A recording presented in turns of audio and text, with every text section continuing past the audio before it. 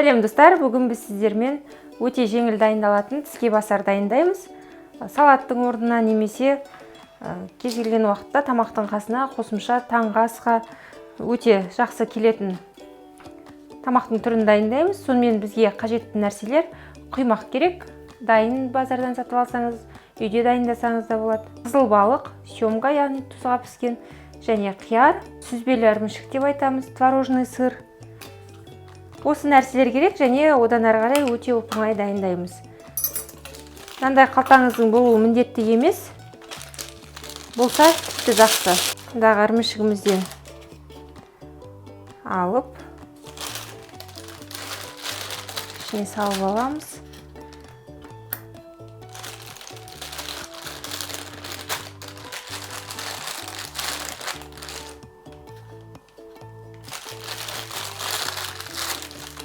Осы жеткілікті сияқты. Құймағымызды аламыз.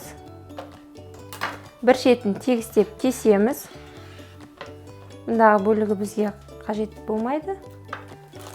Ең бірінші ірімшігімізді шетінен құйып шығамыз. Бір немесе екі қатар қалауыңызша. Ұзыншалап кесіп алған қиярымыздан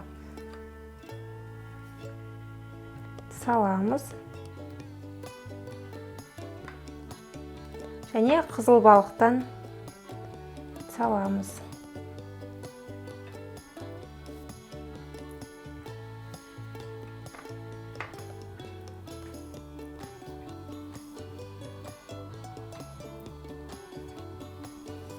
Және осының барлығын ептеп ораймыз.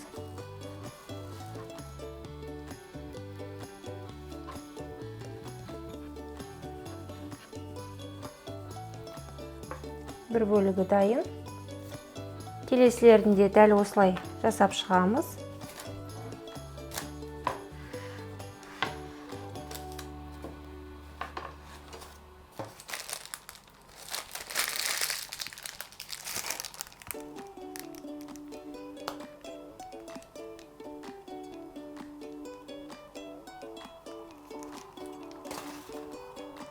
Балығымызды саламыз.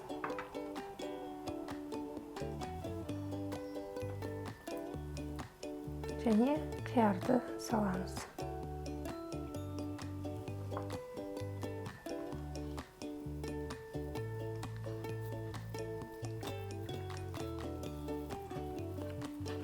Осылай ептеп ораймыз. Барлығынан осылай орап шыққаннан соң өзімізге ыңғайлы етіп пышақпен бөліп шығамыз, яғни жеуге ыңғайлы болып. Сонымен алғашқы роллдарымыз дайын. Тіске басар, құймақтан жасалған ролл деп айтсақ болады.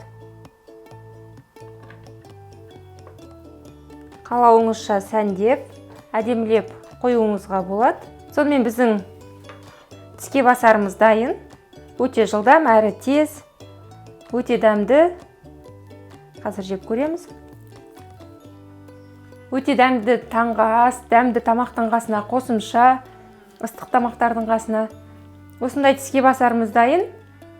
Біздің Инстаграмдағы, Фейсбуктағы, ВК-дағы парақшаларымызға жазылыңыздар. Лайк басыңыздар, ұнап жатса. Астарыңыз дәмді болсын.